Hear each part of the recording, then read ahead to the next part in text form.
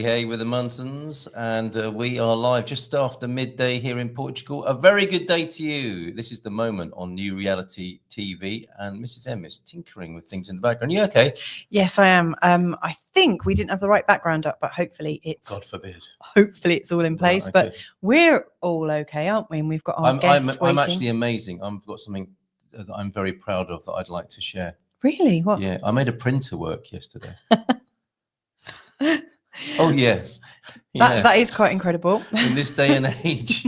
Yes, I made a printer work, everybody. Yeah. Excellent. Lovely day yesterday. Thank you so much to Tasha Salinas, who gave us that incredible process for getting into the moment. And we'll be doing the same with our guest today, John Flaherty, who's joining us. What can you tell us about John before he joins us? Well, he started his career as a Catholic priest. So he's a man of faith and conviction, and that he has been working with people with addictions and helping people. Like, I think, I interviewed him once before. And I watched that yesterday. Yeah, it was great. Or wasn't rewatched it yesterday.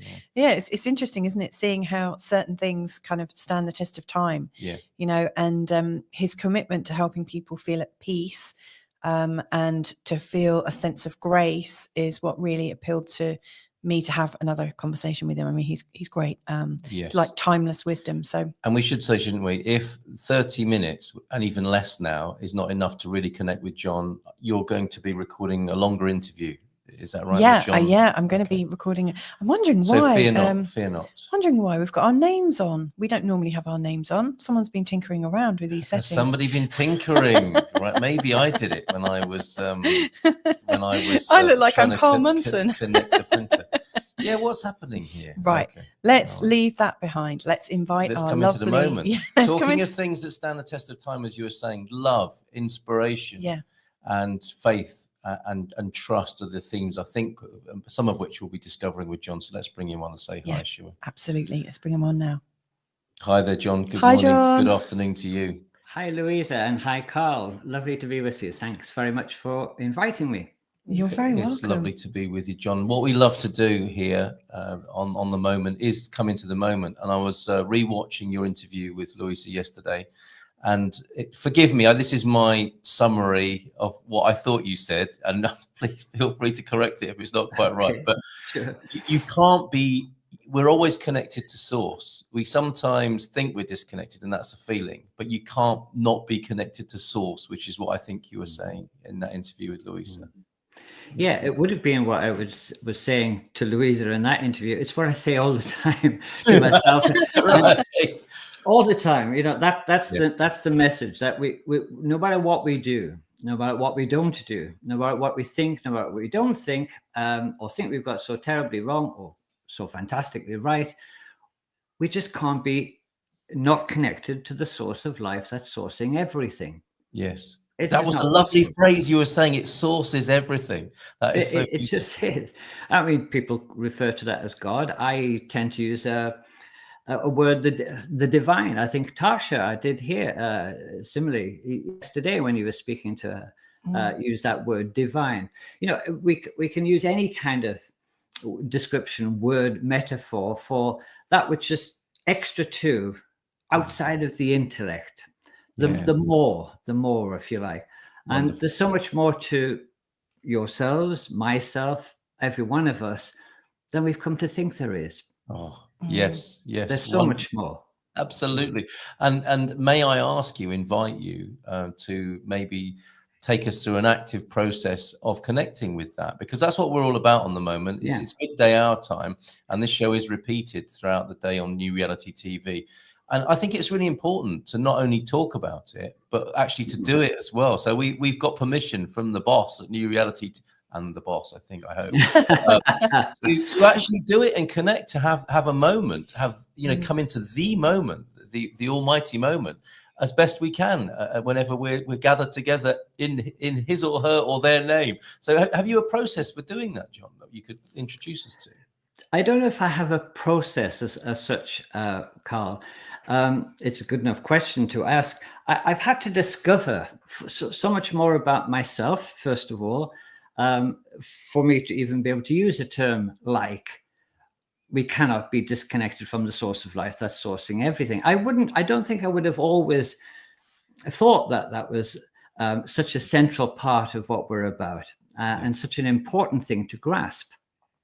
It must have been certainly well into my 30s, maybe approaching 40. I didn't realize that, we have an ego, but we're not the ego. We have an identity. We have a vision, an idea, a kind of either the fabulous one or a not so great one about what we are.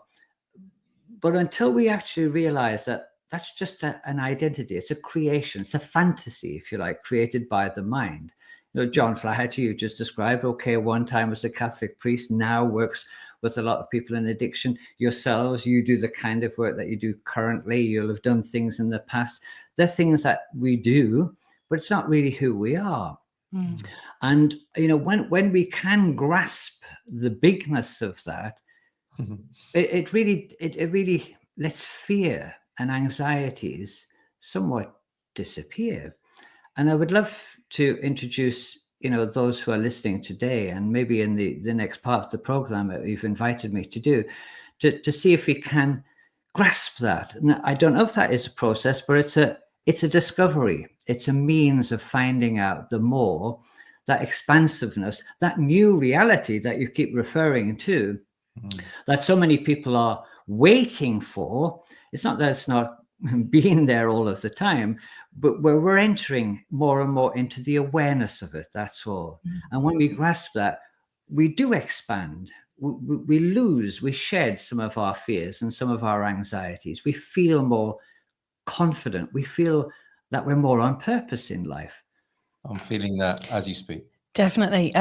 Now, I know you have a long history of working with people, in particular people who've really struggled with addictions. And, I've had my own sort of issues in the past with alcohol in my younger days. And I know that when you're struggling with something, almost like a persistent mind, I might call it a mind fart or a mind worm, like this thing that keeps going round and round in circles, and it seems really ingrained, and it also seems part of your identity. How might you start working with somebody like that? Just about everyone I've had the privilege to work with like that, as you describe it, Louisa. First of all, they're always very beautiful people who've generally speaking, either been hurt, been offended, made to feel small, less than, had experiences such as depression or high anxiety, and they know, they have an inner knowing that I must be more than this which I am experiencing, but haven't actually been able to. They haven't been given the permission. They haven't maybe necessarily even met someone. Perhaps I am that person for a lot of people who is able and ready to delve into that dilemma that they're experiencing and open the gate in a sense, or just indicate that no, you're not just that person that's struggling and the mindset dominating everything, and the pull to stay in that form of repetition, that behavioral thing of addictive behaviors and acts, that there's the more of you. Before ever there was a Louisa who maybe struggled with depression or any form of dependence on alcohol, there was a Louisa who wasn't. Yeah. Right? So it had to start somewhere, and it can actually begin and also come to a close. It helps when we realize that it's a moment in time, we might even call it, right? And I know you've been looking at that with your guests, moments in time, what we maybe call moments of grace. It's discovering what that might mean for ourselves. And that's what I find most people who are going through their addictive pulls or behaviors are honestly looking for, even if they don't realize it. They really just want to know, who am I? Who am I? Why am I? And why am I experiencing such a difficult time in life when others apparently are not, and they're living alongside me? Why this? Why? Because they do know. And I do say they're beautiful people who have often been hurt because they're usually ahead of the pack.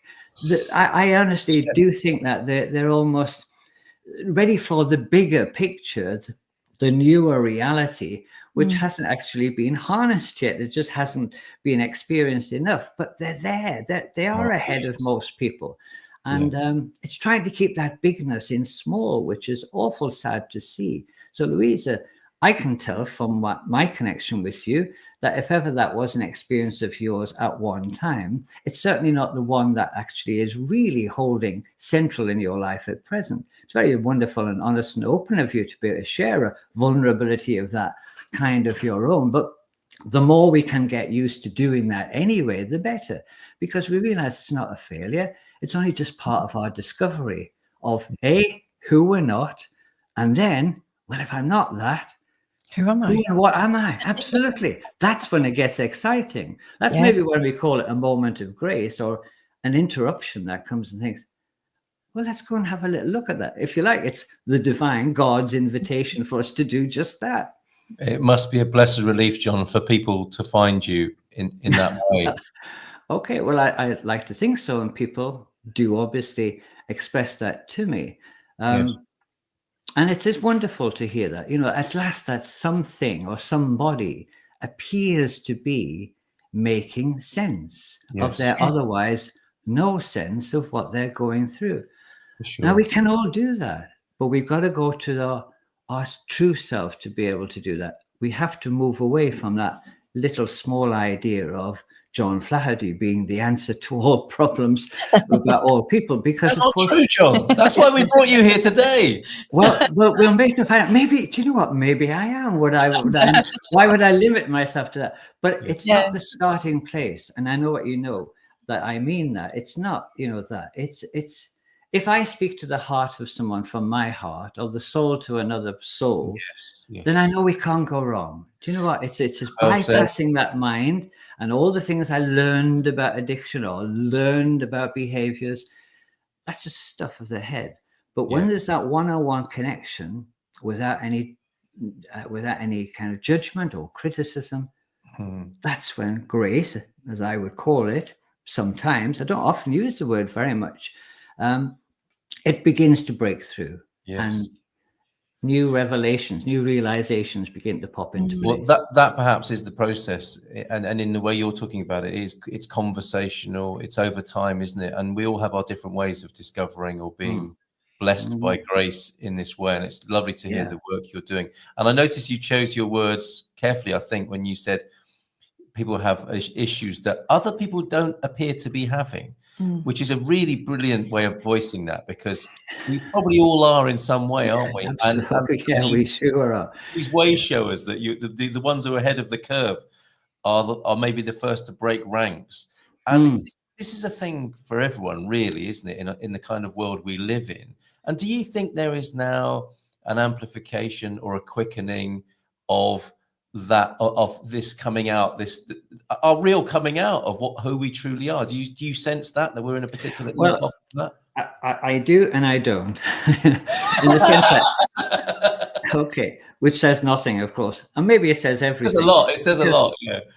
The thing, Carl, I do. I have it about myself, and I have it about my own projection about how the world can look and feel like were we to really enter that new reality, which of course we can all imagine, and we have often enough been put out there in front of us as a possibility. And on the other hand, there are so many people who haven't actually reached that point of realization, and we have to live alongside those who haven't and those who have. And that is the struggle I at present would honestly have in my life, thinking, how's this going to go? How is this going to go? To enter a new reality when so many people are absolutely so ready for it, but waiting for it. And other people who are, they're perfectly happy with things. That's just the way they are. They don't have an issue, a problem, and they're not waiting for moments of grace or new breakthroughs or anything like that. So we share this planet with people who are all kinds of different levels of consciousness, levels of awareness, perhaps. Yeah. We never really know, do we? We don't know except for ourselves. We don't. It's a very personal thing, I believe, Carl. Yeah. And that's the beauty of it too, because that's why there is no specific process to how to do this.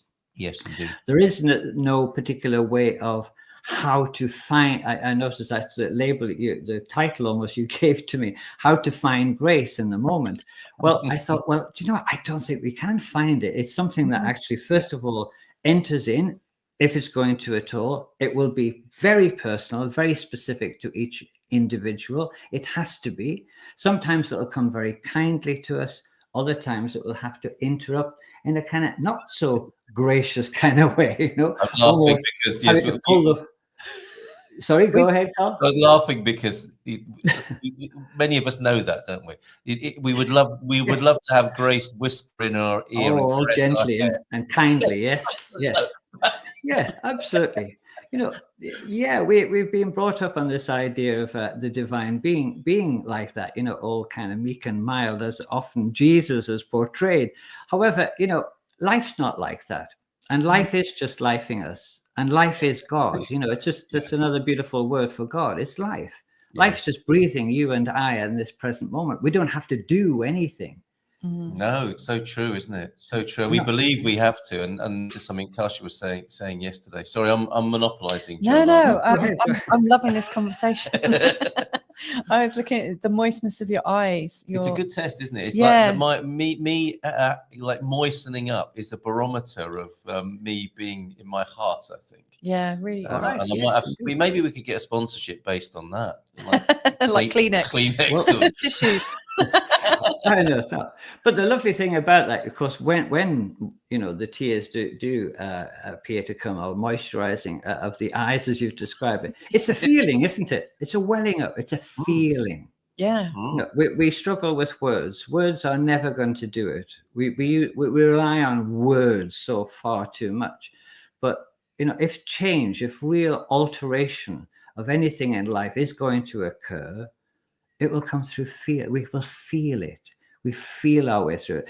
And that will only happen in the time and the length of time it takes for the person to make that shift. We have to be ready for it. It's almost as we might be making our way toward the divine is certainly making its way in terms of invitation to us. It's there already. I've just said, you know, we can't be separated from the source, but it's grasping that and realizing then we are it. Are we not that same divine? You know, people get very frightened about saying that we are God, but of course we are. Yeah, we are a fractal of God, if you like, an individuation of the divine, a microcosm of the macrocosm. They're lovely words, but they do describe that expansiveness, and yet we've got to feel it. Yes. And when it comes into a realization, everything changes. Everything changes. Yeah. This is what I'd like to just step in with, and that is, you know, obviously I think it's safe to say all three of us have had these massive life-changing shifts where we've had to kind of step outside of ourselves and notice that maybe the path we were on is not where we're called to be right now. Sure. But for people who are watching, who are maybe feeling a little bit of discomfort right now and wondering, am I about to change, or wondering what they're feeling, could you describe some of the things that they might be experiencing? You know, I'm wondering, you know, like how can we know we might be about to go into a shift?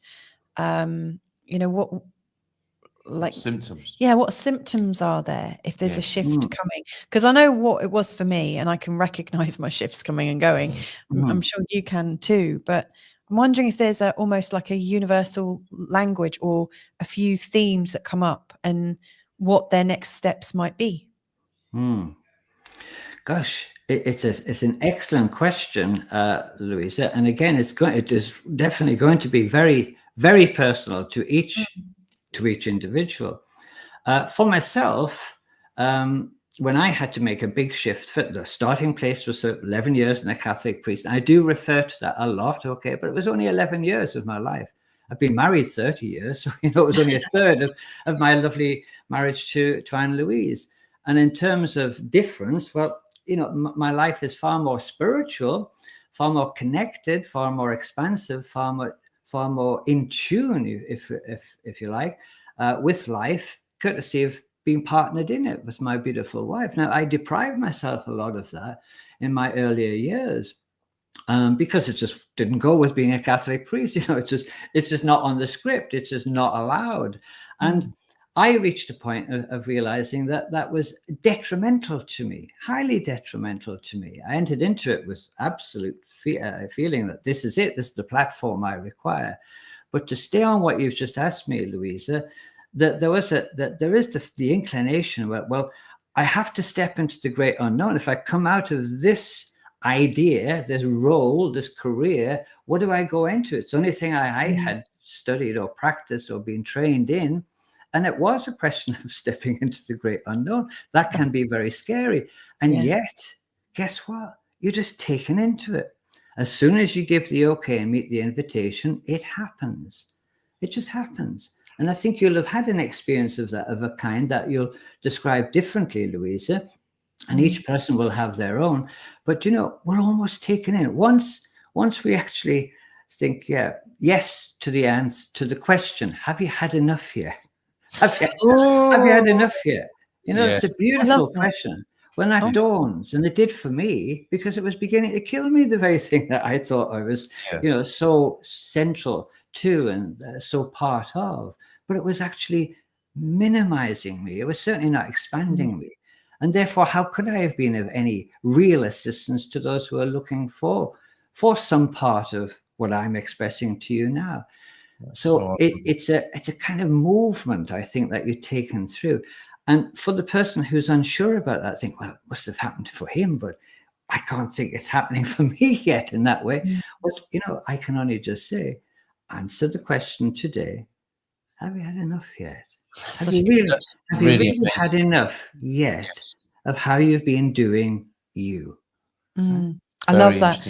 I've written it down so we can print it out and laminate it and stick it on a wall somewhere. Yeah, for sure. Thank you. Helpful for our children. We got some comments coming in. Could I just add something? Anna Rosa, thank you so much for being here and commenting, and Deb as well. We will come to your comments.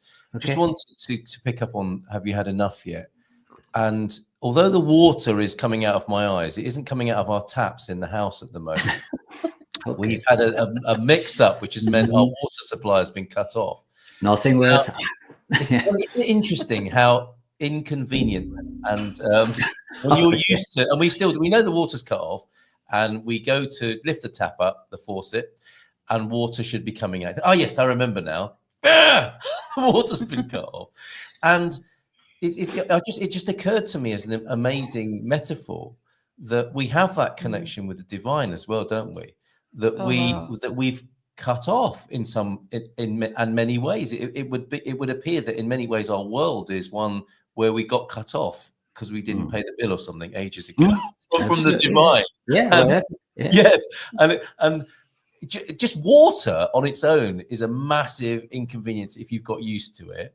And just coming back to, have you had enough yet? How we've managed as human beings to be disconnected so often or for so long compared to just losing water for a day or two really struck me this morning. How hard we've made our lives, how much pain we endure before that question.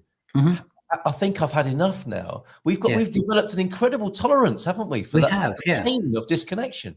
A tolerance to absolute hardship, a tolerance to just putting up with anything and anybody, right? and thinking that, that's being full of grace, right? That's a terrible indoctrination, isn't it? That we're just, it's a big thing as a Catholic, okay? It's a huge thing, put on the hard hat and off you go there and you'll be okay because, God will give you lots of extra grace for all of your good efforts at the end of the day. It's a hideous way of trying to work our way through life. And I had to discover that. Have you had enough of hideous? Have you had enough of trusting? Have you had enough in blind faith? In blind faith. Have you had enough of just, thinking I'll manage the next round of misery because I've got used to it? Well, I did get used to it. I went to the Catholic priesthood and committed to a life of poverty, chastity, and obedience. Who in their right mind does that? What were you thinking? In their right mind.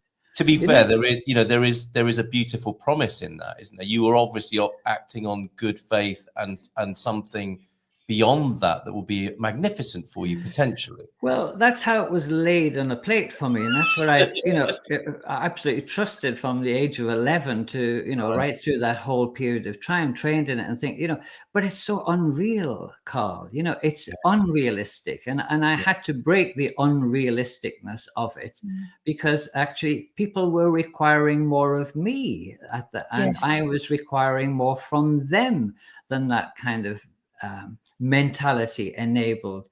You see, if you're living a life of poverty, what good are you to anything and to anybody? And what can you do? And what are you not able to do in that time of faith?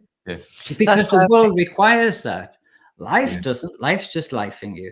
But the world, it's a completely different story. They are different things. They are so different. We must go to our lovely comments. We've got some beautiful opening up. So Donna Marie is saying, good morning from Dominica. Profound conversations touching me deeply. Thank you. And we've got Deb and Anna talking. So we've got some deep sharing going on. Anna saying, I'm feeling this right now. And the feeling I'm getting is one of peace.